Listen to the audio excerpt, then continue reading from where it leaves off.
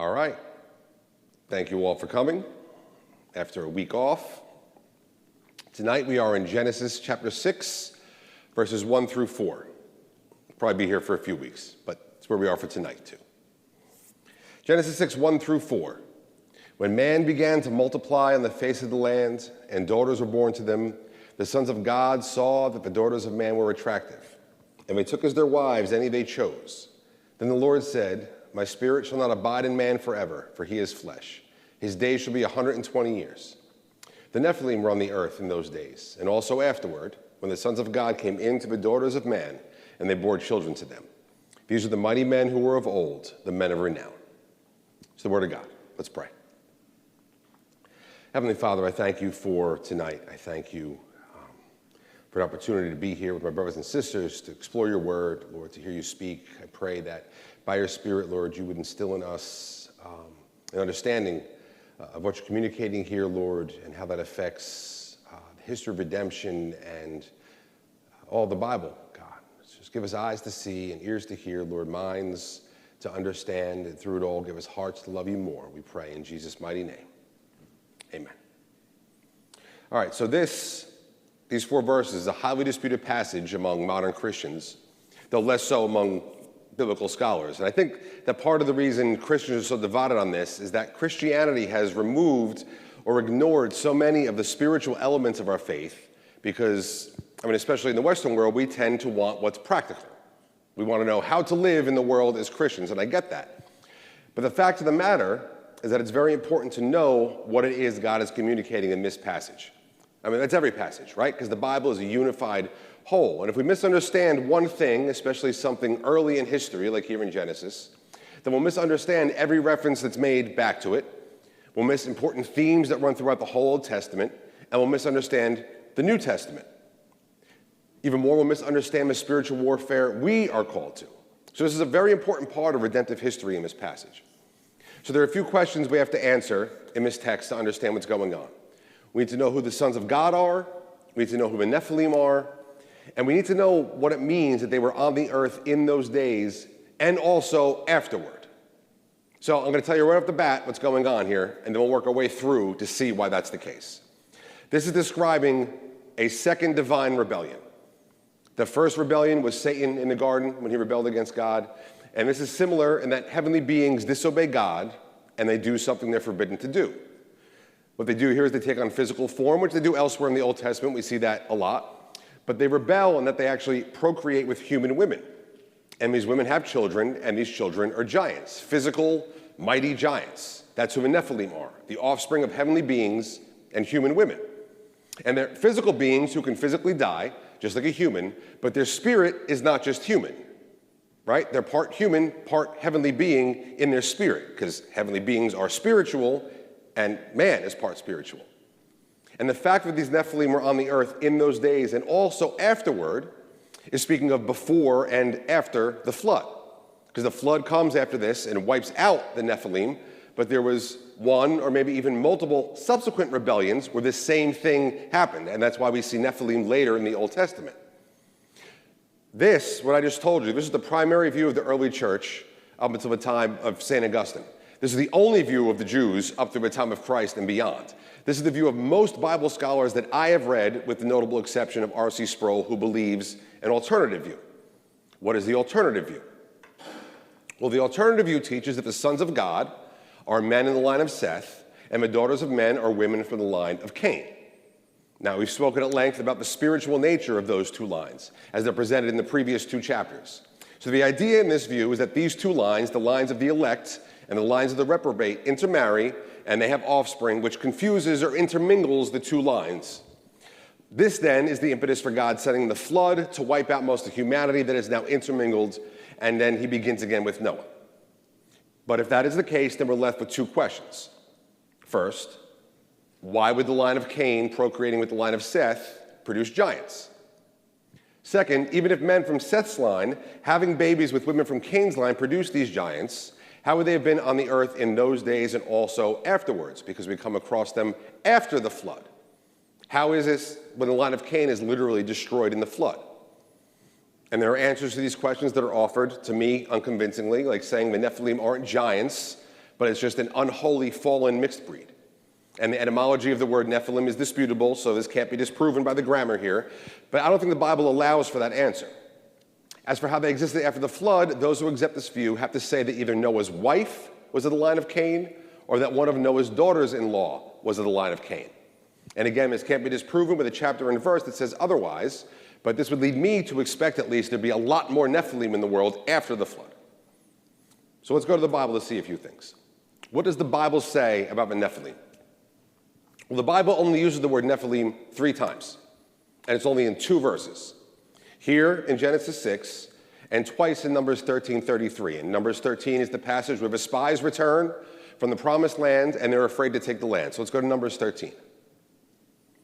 At the end of 40 days, they returned from spying out the land, and they came to Moses and Aaron and to all the congregation of the people of Israel in the wilderness of Paran at Kadesh. They brought back word to them and to all the congregation and showed them the fruit of the land. And they told him, "We came to the land to which you sent us. It flows with milk and honey, and this is its fruit. However, the people who dwell in the land are strong, and the cities are fortified and very large, and besides, we saw the descendants of Anak there. The Amalekites dwell in the land of the Negev. The Hittites, the Jebusites, and the Amorites dwell in the hill country, and the Canaanites dwell by the sea and along with Jordan." But Caleb quieted the people before Moses and said, "Let us go up at once and occupy it, for we are well able to overcome it." Then the men who had gone up with him said, "We are not able to go up against the people, for they are stronger than we are." So they brought to the people of Israel a bad report of the land when they had spied out, saying, and this is the important part, "The land through which we have gone to spy it out is a land that devours its inhabitants. And all the people that we saw in it are of great height. And there we saw the Nephilim, the sons of Anak, who come from a Nephilim, and we seemed to ourselves like grasshoppers, and so we seemed to them." So these people of great height that scare the Israelites are called the Nephilim. They're also here referred to as the sons of Anak, and we see the sons of Anak, or the Anakim, a bunch in the story of the conquest of the Promised Land. They're actually one of the peoples that God commands to be wiped out. We read a little about them in Deuteronomy 2, as Moses recounts what Israel had already done in preparation for taking the Promised Land. This is what Moses says here. I apologize for the extended passage. Deuteronomy 2, beginning in verse 8. "So we went on away from our brothers, the people of Esau, who live in Seir, away from the Arabah road from Elath and Ezion-Geber. And we turned and went in the direction of the wilderness of Moab. And the Lord said to me, 'Do not harass Moab or contend with them in battle, for I will not give you any of their land for a possession, because I have given Ar to the people of Lot for a possession.' The Amim formerly lived there, a people great and many, as tall as the Anakim. Like the Anakim, they are also counted as Rephaim, but the Moabites call them Emim. The Horites also lived in Seir formerly, but the people of Esau dispossessed them and destroyed them from before them and settled in their place, as Israel did to the land of their possession, which the Lord gave to them. Now rise up and go over the brook Zered." So we went over the brook Zered, and the time from our leaving Kadesh Barnea until we crossed the brook Zered was 38 years, until the entire generation, that is the men of war, had perished from the camp, as the Lord had sworn to them. For indeed the hand of the Lord was against them to destroy them from the camp until they had perished. So as soon as all the men of war had perished and were dead from among the people, the Lord said to me, "Today you are to cross the border of Moab at Ar. And when you approach the territory of the people of Ammon, do not harass them or contend with them, for that will give you any of the land of the people of Ammon as a possession, because I have given it to the sons of Lot for a possession. It is also counted as a land of Rephaim. Rephaim formerly lived there, but the Ammonites called them Zamzummim, a people great and many and tall as the Anakim. But the Lord destroyed them before the Ammonites, and they dispossessed them and settled in their place, as he did for the people of Esau who lived in Seir, when he destroyed the Horites before them, and they dispossessed them and settled in their place even to this day." Probably all read this, read right past all these crazy names, but I want us to notice a few things here. This is God telling Israel not to take certain lands. The lands of Edom, the lands of Adam, and the land of Ammon, and the land of Moab, because they're all relatives of Israel. But also notice that each of them, when they took the land that God allotted to them, had to destroy the inhabitants of the land, and they were all giants. Edom destroyed the Horites, Ammon destroyed the Zamzummim, Moab destroyed the Amim, all of who share 2 things in common with the Anakim. First, they're very tall, and second, they are considered, what we read here, Rephaim. Okay, so the Anakim, who are Nephilim, really tall, are called here Rephaim, along with these other ancient giants, all of whom God has not just Israel, but even Edom and Moab and Ammon destroyed. We're getting to a point here. Of course, the Rephaim are a people that God told Abraham currently dwelt in the land he was giving to his offspring. When God makes the covenant with Abraham, this is what we read. When the sun had got down and it was dark, behold, a smoking fire pot and a flaming torch passed between these pieces. On that day the Lord made a covenant with Abram, saying, to your offspring I give this land, from the river of Egypt to the great river, the river Euphrates, the land of the Kenites, the Kenizzites, the Cabanites, the Hittites, the Perizzites, the Rephaim, the Amorites, the Canaanites, the Girgashites, and the Jebusites. And what's to notice here is that all of the names of these people are actually in the singular in Hebrew. It's a collective singular referring to the whole of a people. Like if we said America, all of America did something. It would refer to all the people of the one nation. The only exception here is the Rephaim. This is a plural now, as in not one nation to represent, but a type of person that is among those in all of these lands. And that's because there were multiple Rephaim among all the different nations that Israel had to destroy, like Og, king of Bashan. As Moses continues recounting Israel's exploits in Deuteronomy 3, we read this. Then we turned and went up the way to Bashan, and Og, the king of Bashan, came out against us, he and all his people, to battle at Edrei. But the Lord said to me, do not fear him, for I have given him and all his people and his land into your hand. And you shall do to him as you did to Sihon, the king of the Amorites, who lived at Heshbon. So the Lord our God gave into our hand Og also, the king of Bashan, and all his people. And we struck him down until he had no survivor left. And we took all his cities at that time. There was not a city that we did not take from them. 60 cities, the whole region of Argob, the kingdom of Og of Bashan. All these were cities fortified with high walls, gates, and bars, beside very many unwalled villages. And we devoted them to destruction, as we did to Sihon, the king of Heshbon, devoting to destruction every city, men, women, and children. But all the livestock and the spoil of the cities we took as our plunder. So we took the land of that time out of the hand of the two kings of the Amorites who were beyond the Jordan, from the valley of the Arnon to Mount Hermon. The Sidonians called Hermon Sirion, while the Amorites call it Senir. All the cities of the tableland and all Gilead and all Bashan, as far as Salak and Edrei, cities of the kingdom of Og of Bashan. For only Og, the king of Bashan, was left of the remnant of the Rephaim. Behold, his bed was a bed of iron. Is it not in Rabbah of the Ammonites? 9 cubits was its length, and 4 cubits its breadth, according to the common cubit. We'll come back to a lot of this next week. But notice here that Og was a remnant of the Rephaim in Bashan. And his bed's described for us. It's 13.5 feet long and 6 feet wide. That's a big dude. We also read later that Israel was almost successful in obeying God and wiping out the Anakim. We read in Joshua 11. There was none of the Anakim left in the land, meaning the promised land, of the people of Israel, only in Gaza, in Gath, and in Ashdod, and some remain. And since we're just finishing up our series through the books of Samuel on Sunday mornings, I'm sure you all know these 3 cities are cities of the Philistines. You also know that among the Philistines, there were a whole bunch of giants. Goliath was a Rephaim. We read of other giants that battled against Israel. We saw a few weeks ago on Sunday, there's 4 different battles with 4 different descendants of the giants. And in 2 Samuel, the writer uses the word Rapha. The only 4 times the word's used, and it's the singular of where we get the word Rephaim. That's used in the parallel account in 1 Chronicles. 1 Chronicles 20, and after this there arose war with the Philistines at Gezer.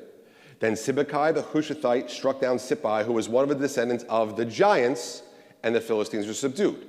That word giants is the word Rephaim, because the Rephaim lived among the Philistines because the Anakim settled there when Israel didn't destroy them all.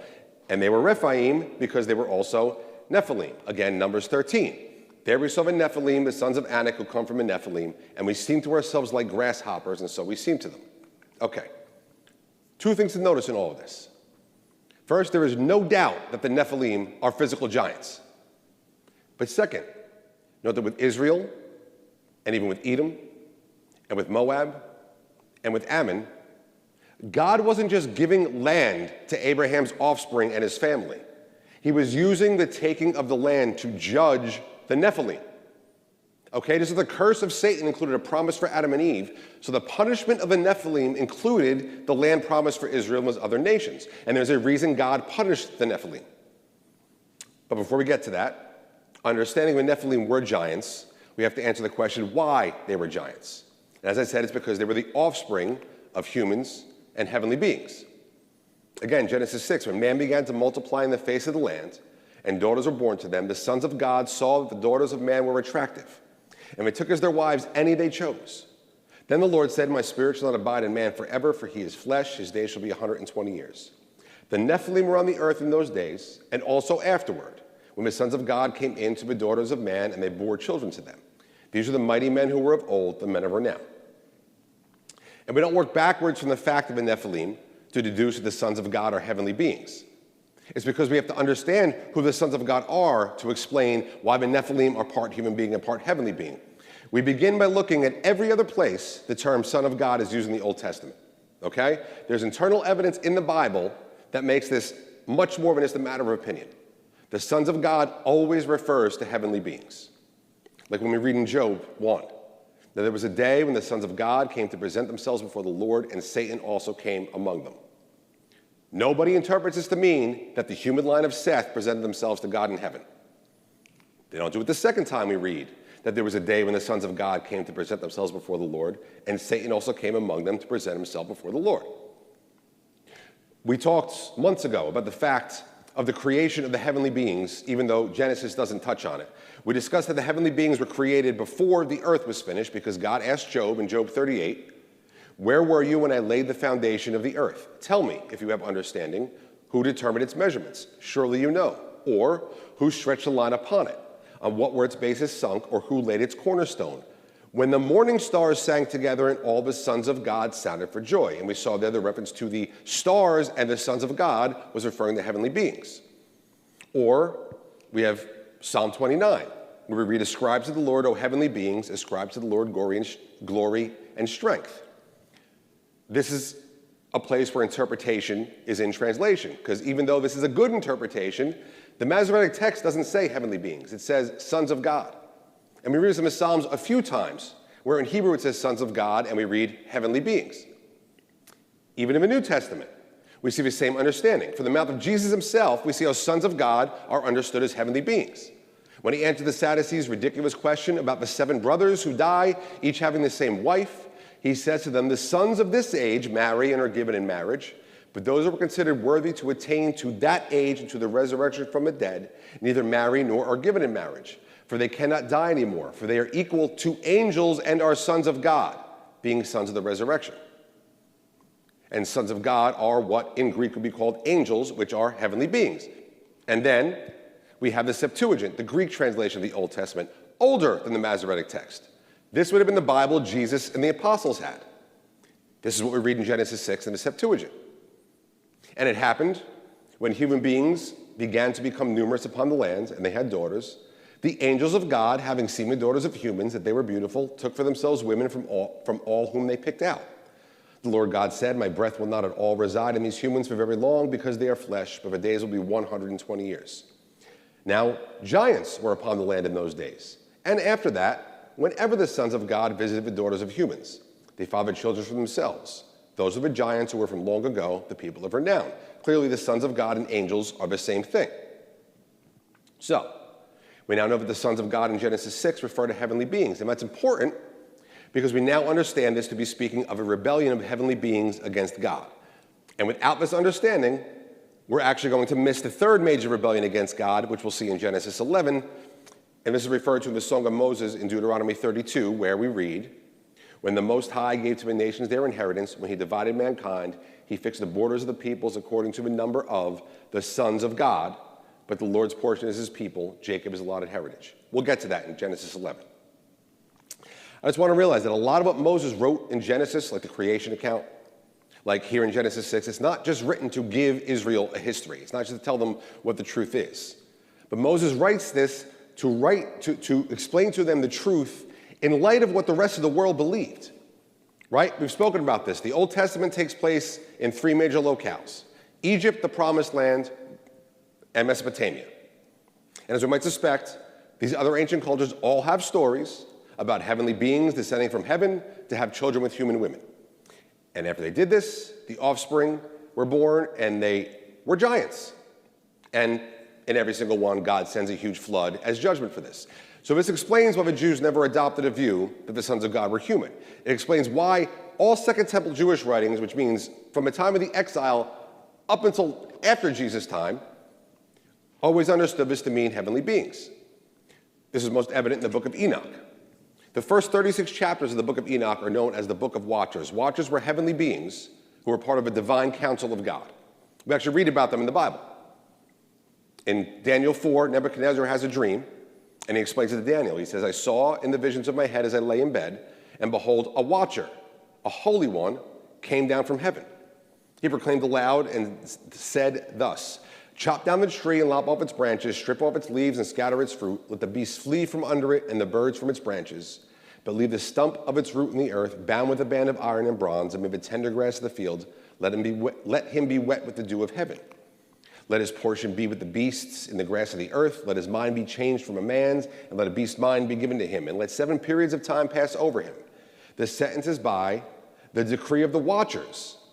The decision is by the word of the holy ones, to the end that the living may know that the Most High rules the kingdom of men, and gives it to whom he will, and sets over it the lowliest of men.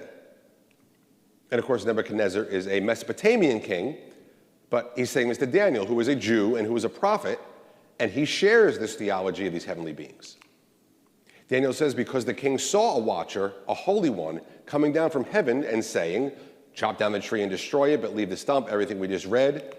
Daniel says, it is a decree of the Most High, which has come upon my lord the king. You shall be driven from among men, and your dwelling shall be with the beasts of the field. You shall be made to eat grass like an ox. You shall be wet with the dew of heaven, and 7 periods of time shall pass over you, until you know that the Most High rules the kingdom of men and gives it to whom he will. So these watchers, these holy ones, are heavenly beings. So in the book of Watchers, we read of Enoch's calling to be a mediator. It's the same Enoch we saw, 7th from Adam, taken up to heaven. We read of Enoch's calling to be a mediator of sorts between God and the rebellious heavenly beings from Genesis 6. And we read in Enoch 6, and it happened that when the sons of men multiplied in those days, they begat good and beautiful daughters. And the angels, the sons of heaven, saw them and longed for them and said to one another, come, let us choose for ourselves women from among the people and bring forth for ourselves children. And Semyaza, who was their ruler, said to them, I fear you may not wish to do this deed, and I alone will be responsible for a great failure. Therefore they all answered him, let us all swear by an oath and devote one another to mutual destruction, not to turn back from this decision until we complete it and do this deed. Then they all made a vow together and put each other under a curse in regards to this. Now, remember what we talked about way back when we discussed what the knowledge of good and evil was from the tree of the knowledge of good and evil. Remember how Satan told Adam and Eve they would be like gods, like the heavenly beings in knowing good and evil when they ate of the tree. And we saw knowing good and evil was understanding the results of sin and the spiritual death that came from it. And I said the heavenly beings would know what the results were. Here we see the heavenly beings, because they know what it will mean, they make a pact together to rebel against God. And then from there is a few chapters, talk about the results of the offspring of these beings being born, and then God decrees judgment for them. Enoch chapter 10. Then the Most High, the great Holy One, spoke about these things, and he sent Israel to the son of Lamech and said, say to him on my behalf of my name, hide yourself, and reveal to him the end that is coming, that the whole earth is destroyed, and a flood is about to happen among all the earth and utterly destroy everything that is in it, and teach him that he should flee, and his seed will remain in all the generations of the ages. And he said to Raphael, who was an archangel, bind Azael hand and foot and throw him into the darkness, open the desert that is in the Duodel, and throw him there, and place under him the rugged and sharp stones, and let darkness cover him. Let him live there forever. Cover up his appearance, let no light be seen. So we read here, God sends an angel to the son of Lamech, or in Genesis, Lamech. His son is, of course, Noah. He tells the angel to warn him that the flood is coming, and it's judgment for what these watchers did. Then we read of this Azael being thrown into Sheol. Azael was the chief of the rebellious angels. We'll return to him next week or maybe the week after. But for now, there are 2 things to notice. That the angels that mated with the women are sent directly to hell, and those that took part in this rebellion are in hell just awaiting the final judgment. Second, note that though we do not consider the book of Enoch a canonical book, it is part of a Septuagint, and again, that is the Bible Jesus and the apostles had. So this is part of what the apostles believed. This divine rebellion and the third divine rebellion were a major part of their worldview. It's this second rebellion that we're looking at here in Genesis 6. This is what Peter's talking about when he says in 2 Peter 2, "For if God did not spare angels when they sinned, but cast them into hell and committed them to chains of gloomy darkness to be kept until the judgment. If he did not spare the ancient world, but preserved Noah, a herald of righteousness, with 7 others, when he brought a flood upon the world of the ungodly," okay? This is Peter's understanding of Genesis 6. These angels sinned. God sent them in hell waiting for the final judgment. But he doesn't stop there. He actually ties in the sin of these angels and the judgment of the flood with the sin of Sodom and Gomorrah and the judgment they endured. Continuing. "If by turning the cities of Sodom and Gomorrah to ashes, he condemned them to extinction, making them an example of what is going to happen to the ungodly, and if he rescued righteous Lot, greatly distressed by the sensual conduct of the wicked, for as that righteous man lived among them day after day, he was tormenting his righteous soul over the lawless deeds that he saw and heard, then the Lord knows how to rescue the godly from trials and to keep the unrighteous under punishment until the day of judgment, and especially those who indulge in the lust of defiling passions and despise authority. Bold and willful, they do not tremble as they blaspheme the glorious ones." He's talking about both human and heavenly beings suffering the same fate for sin. And part of that sin, as we see, is despising authority or rebelling against proper authority. We'll see more of this when we get to the third rebellion. But that the sin in Genesis 6, Peter understood it to be a sexual sin of angels, is clear here. And it's also part of Jude's worldview. Jude, verses 6 and 7. "And the angels who did not stay within their own position of authority, but left their proper dwelling, he has kept in eternal chains under gloomy darkness until the judgment of the great day. Just as Sodom and Gomorrah and the surrounding cities, which likewise indulged in sexual immorality and pursued unnatural desire, served as an example by undergoing a punishment of eternal fire." The apostles understood what was going on in Genesis 6. But even beyond what we have in our Bible in the Septuagint, we see how Genesis 6 was understood by Israelites in other places, like in the Dead Sea Scrolls. This is the scroll that's called the Damascus document. And we read, "So now, my children, listen to me, that I may uncover your eyes to see and to understand the deeds of God, choosing what pleases him and hating what he rejects, living perfectly in all his ways, not turning away through thoughts caused by the sinful urge and lecherous eyes. For many have gone astray by such thoughts, even strong and doughty men of old faltered through them and still do. When they went about in their willful heart, the guardian angels of heaven fell and were ensnared by it. They did not observe the commandments of God. Their sons, who were as tall as cedars and whose bodies were as big as mountains, fell by it. Everything mortal on dry land expired and became as if they had never existed, because they did their own will and did not keep the commandments of their Maker until finally his anger was aroused against them." Even later, in the works of Josephus, he was a Jewish historian. He was actually born after Christ died. We see how the Jews still understood this.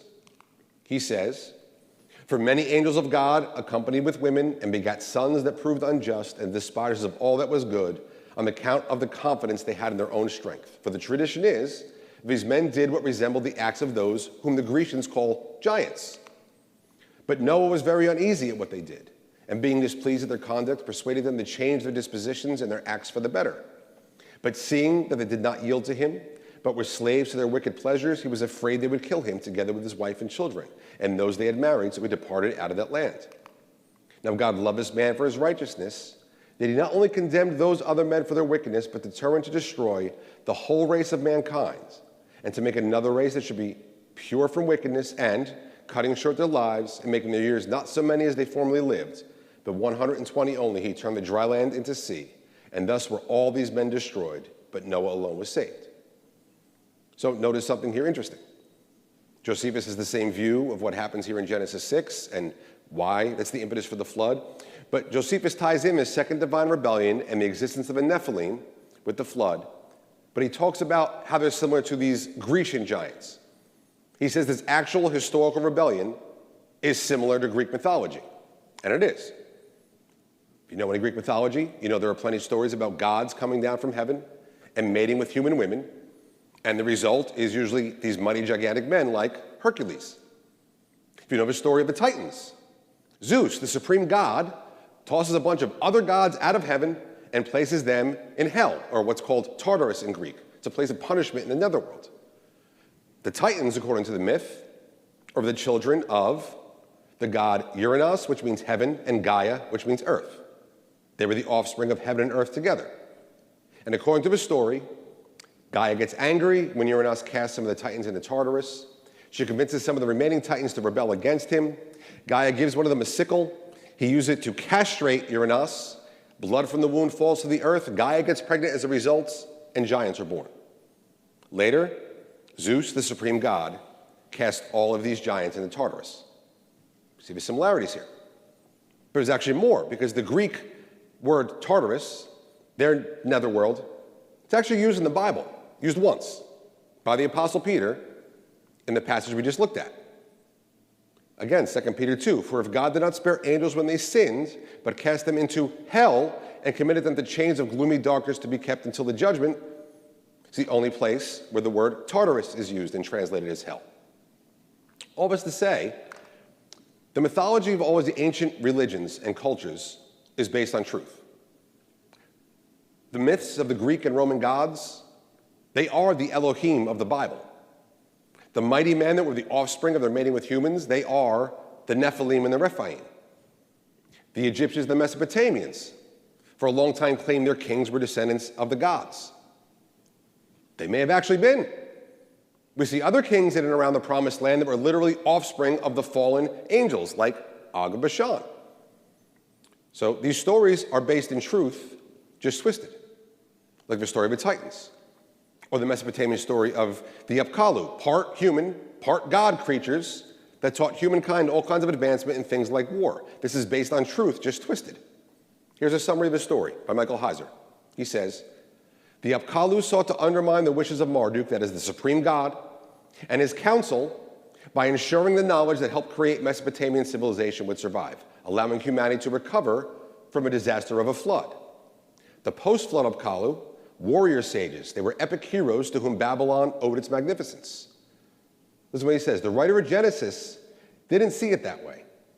The transgression of the sons of God in Genesis 6 would eventually produce the greatest threat to capturing the promised land of Canaan, the Nephilim and their descendant giant clans.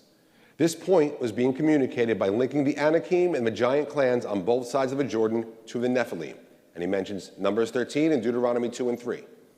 As the author of Enoch would later put it, the cohabitation offense was acting in the mode of creators creating living beings in their own image. So all these stories, all the stories of the massive flood that follows, these stories are all true. They're just twisted. And they're not necessarily twisted by man. I think they're twisted by the fallen heavenly beings and their offspring. When man began to multiply on the face of the land, and daughters were born to them, the sons of God saw that the daughters of man were attractive, and they took as their wives any they chose. Then the Lord said, my spirit shall not abide in man forever, for he is flesh. His days shall be 120 years. The Nephilim were on the earth in those days, and also afterward, when the sons of God came into the daughters of man, and they bore children to them. These are the mighty men who were of old, the men of renown. This is the untwisted truth. And that ancient Jews, including Jesus and the apostles, they understood this to be talking about this divine rebellion that resulted in these part human, part heavenly being hybrid giants, means that whether or not we agree on the details, this is the worldview from which they taught and the New Testament is written. You can believe the sons of God are not heavenly beings. You can believe the Nephilim are not giants. That's fine. But the writers of the Bible would disagree. These were just facts to them. Even the Apostle Paul embraced this worldview. We're going to be preaching through 1 Corinthians beginning in the fall. There are a lot of troublesome passages in Hebrews, in 1 Corinthians. Like, did you ever read this verse? When Paul says that is why a wife ought to have a symbol of authority on her head because of the angels, and wonder, what is Paul talking about? This has confused interpreters forever. If we don't read this in light of the rebellion of Genesis 6 and how Paul understands it, we're going to stay confused in this passage. This is how Lawrence Stuckenberg explains this verse. He says, the wearing of head coverings among men in antiquity was not uncommon. The practice among women carried with it strong sexual connotations. Apparel was, of course, one way of marking the difference between the sexes, that is, to keep gender categories distinct. The notion in Greco-Roman antiquity of female vulnerability and inferiority, assumed in many Jewish sources, and the attendant practice of prophylactic head coverings fit well with the early Jewish interpretation of Genesis 6:1 through 4. With regard to this, New Testament scholars have customarily focused on the essentially evil character of the angels who fell because they were attracted by the beauty of human women. This would be in line with the book of Watchers of Enoch. Paul's reasons for commending head coverings are unable to break away from a deep-seated assumption that women constitute the locus where boundaries between different parts of the cosmos are most likely to be violated. Paul's reference to the angels betrays a subtle warning that more than just social relationships between men and women are at stake. Ultimately, wearing veils is a matter of maintaining the cosmic order to Paul. How do we come to that conclusion? We have to understand Genesis 6 the way Paul did. If we don't know that Paul believed the story of the Watchers, we miss his intentional use of certain language in the book of Galatians. We miss the fact that he tells us the law was given to curb the sinful ways taught to men by the offspring of the Watchers. We'll miss the references to the elemental spirits of the world in Galatians and Colossians, and not understand that the teachings of a Nephilim is in view. We'll miss the cosmic view of sin and judgment that runs throughout all of Paul's letters. We wouldn't understand why Paul warns Timothy about the false teachings of deceitful spirits and demons. We won't be able to make sense of what Peter says when he talks about Christ's death and the resurrection and the time in between, in which Peter says he went and proclaimed to the spirits in prison because they formerly did not obey when God's patience waited in the days of Noah while the ark was being prepared, in which a few, that is 8 persons, were brought safely through water.